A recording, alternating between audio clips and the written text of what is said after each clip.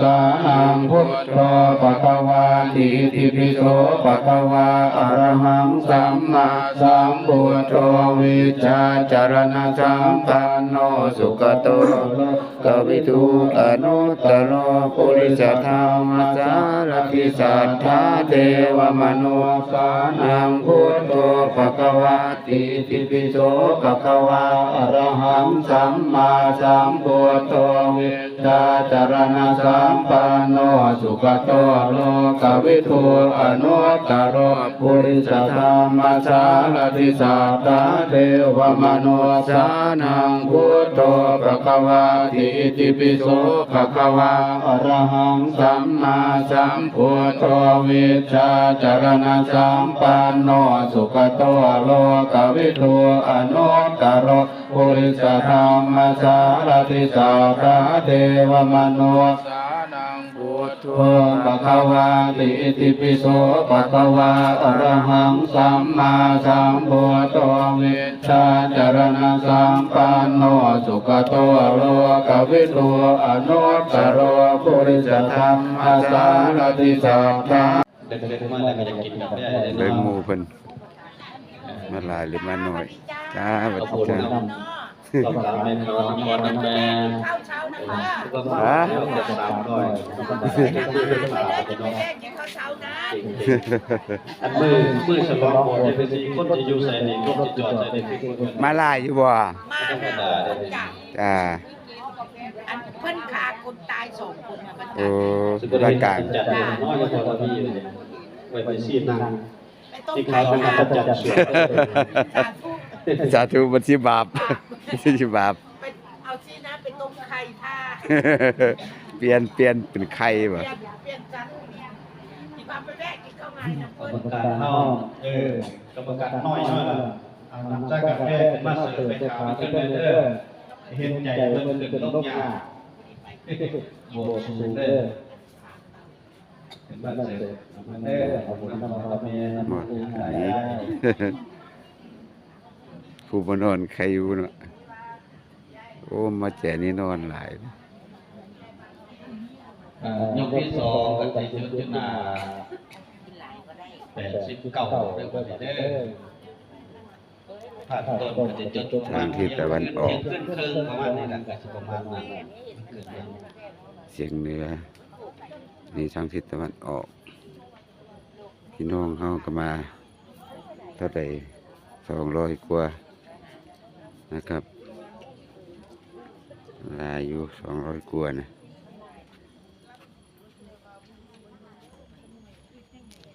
ไทยนายุ่งนี่บ่เห็นเลย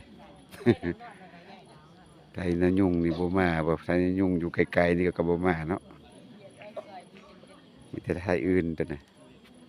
มาแต่ใส่ละยาย มาแต่ทบมาแต่บันเดือ มาแต่ทบมาแต่บ้านเดือพุ่นน่ะ จ้า เออ บันเดือพื้นทบ อันอยู่ไกลๆนะยุ่งนี่ก็มาแต่บ่แม่นมาแต่ข่อยนี่ ข่อยได้ยินเสียงแล้วข่อยอยู่บ่ได้ สดทากาแฟเนาะ เก่งกินได้ยุ่งบ่ อยู่นะยุ่ง ได้ยุ่งคือยังหลายยุ่งบ่มาให้ได้ยุ่งบ่มาบ่ จักว่า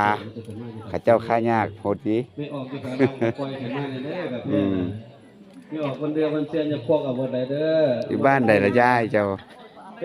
จ้า เฮ้อ เดือทบน้ำ มานํกันนี่กับเพิ่นน่ะ โอ้มาหลายเนาะนี่เนาะ เจ้าเพิ่นว่า มาตามสายเนาะ คนรักคนเจ้าก็บ่เย้าบ่หยอกไปสักใหญ่ต่อตีข้องในย่ายอยู่ ตีคล้องบัดนี้ โอ้เป็นจองข้องพ้องคักบ่ขึ้นเลย อืม ดังแท้ดังว่าพูด มา6คนอยู่ทางนั้นก็แม่นอันหัวซ้ายเนาะดีใจนำสาธุเอามาเบิ่งในกันหลายบ่ สายังโสโอ เข้ามาเด้อ โนอะระหังมัสสัมปันโนสัพพะจารณะธรรมมัสสัมปันโนหิริจารณะธร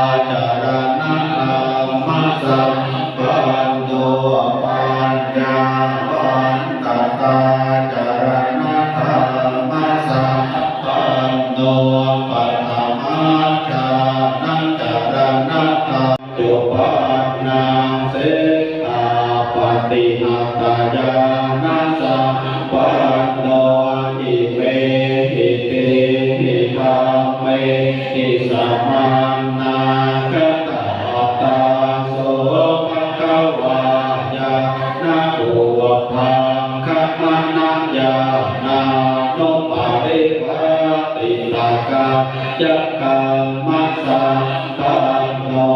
ญาณปุพังขจานานุปาริภาติตาวะกิกังมัสสังตังโนญาณปุพังขมาญานานุปาริภาติกามโนกัมมัสสังปันโนอิเมหิติอิทัมเมหิสัมมานาคัตตัตตาโสภะคะวะสัมมาสัมมาปะริปุณโนธัมมะเอสนะจัปปะริปุณโนวิริยะสัพปะริปุณโนสัมมาทิสัพปะริปุณโนปัญญาจัปปะริปุณโนวิมุตติยาปะริปุณโนอิเมหิขวาทัสสะหิธรรมเมหิสัมมานาคัตตาสัพพะคะวะโตนะติขวานะติระวานะติอาปะมะตังนะติเวคะตานิสัพพันโตโกโสภะคะวาสัมมาทันโตโกโสภะคะวาอะภิโรนทันทันโตโกโสภะคะวาสุสุกาตาโตโกโสภะคะวาปะโมตะชิวโมโกโส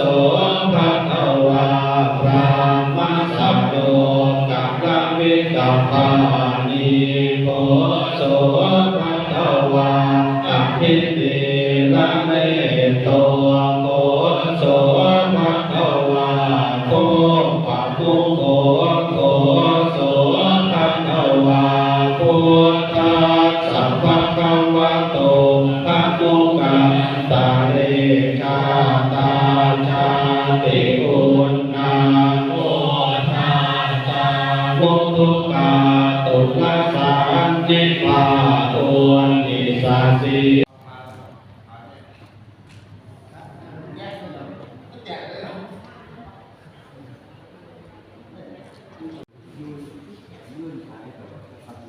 ต่อส่วนคาถาดับเทียนใจเด้อต่อไป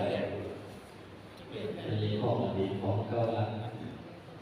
นาทิเมสรนังกัญญังโกโตเมสรนังวรังเตเตนะสัจจวะเตนะโมตุเตเตนะสนาทิเมสรนังกัญญังธัมโมเมสรนังวรังเตเตนะสัจจวะเตนะโมตุเตเตนะสนาทิเมสรนังกัญญังธัมโม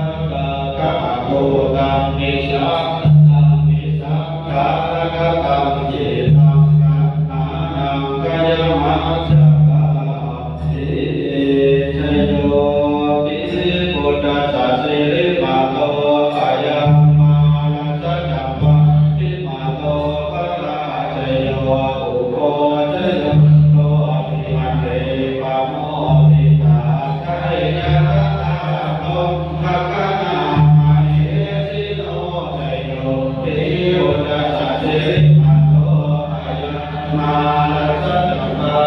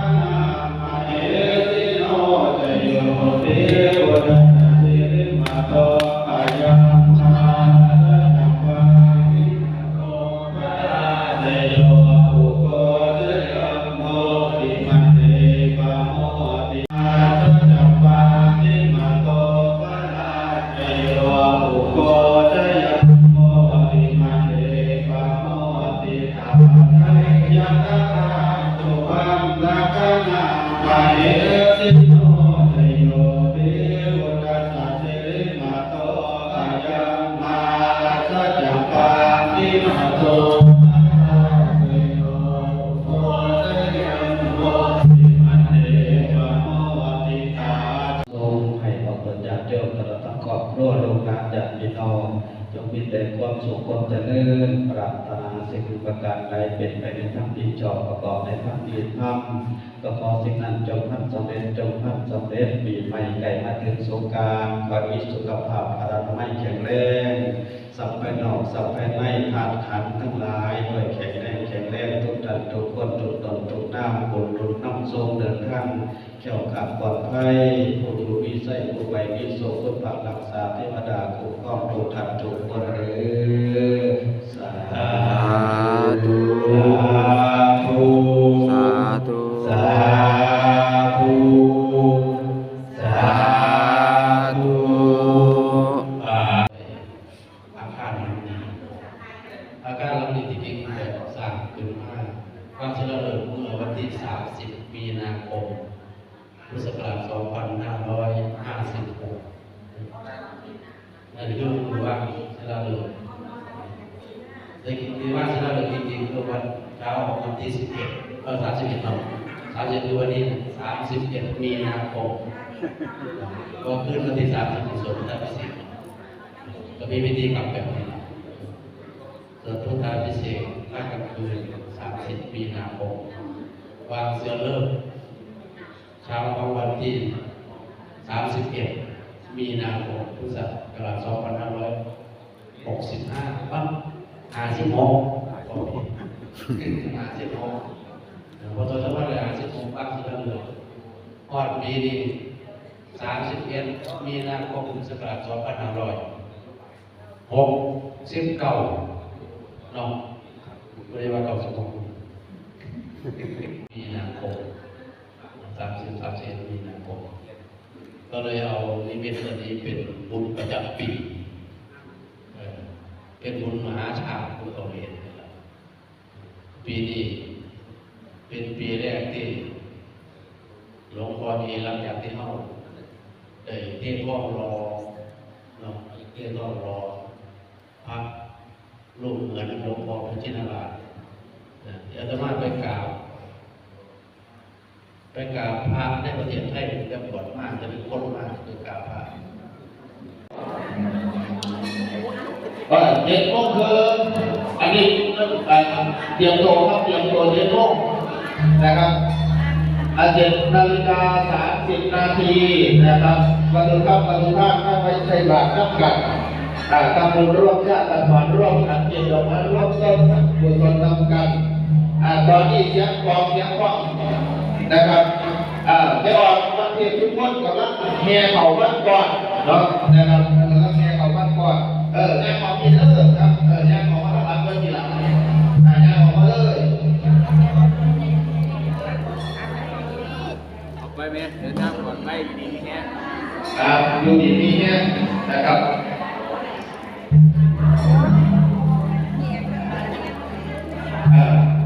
หากท่านหวังสิ่งใดในทางชอบให้ตอบตามความมุ่งมั่นมีคนรักมากมีสุขีใหญ่มีพละกำลังทั้งแรงกายทั้งแรงใจอายุไขอย่างน้อยนับ100 ปีในคุณพ่อคุณแม่เจ้าเลิศจงมีสุขเจริญเรื่องท่องจากการสมบูรณ์ไปอายุไขเจริญด้วยพ่อไหวในมีมากอย่าลืมอย่างนี้เอาปฏิทินปฏิทินผู้ใดว่ามันได้นะ